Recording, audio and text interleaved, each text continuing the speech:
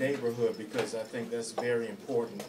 You know, I want people to know that I didn't really grow up. You know, you hear a lot of people say I grew up in the hood. You know, I grew up in the neighborhood where we had neighbors and people who cared about one another. And it was a typical middle-class neighborhood. You know, in growing up in the 70s, this post-civil rights movement. And, you know, this is after, of course, Dr. Martin Luther King has been murdered.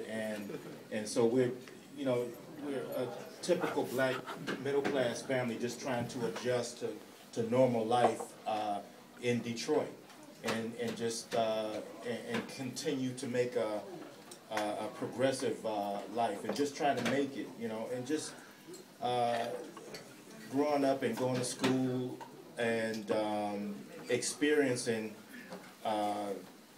you know, still racism. You know, Detroit is a very segregated city. You have to understand that the outside neighborhoods of Detroit are the suburbs. And so most of the white people who worked in Detroit mostly worked in downtown Detroit. After work, they went home to the suburbs. But we, you know, of course, the black residents of Detroit, that's where we lived and worked. And so it was, I mean, pretty normal, pretty quiet.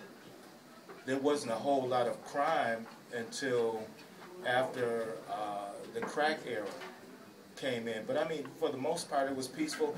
People had this idea, you know, you had people that came from the South, black people, to make a better life for their kids and to, of course, work in the automotive industry and buy a home, a two-car garage, and just have a better life than it was in the South. Sort of like the Tuskegee Airmen, just sort of, you know, making a departure from Alabama and to live a more progressive life and just get a piece of the American dream. And so that's what... more a modern lifestyle.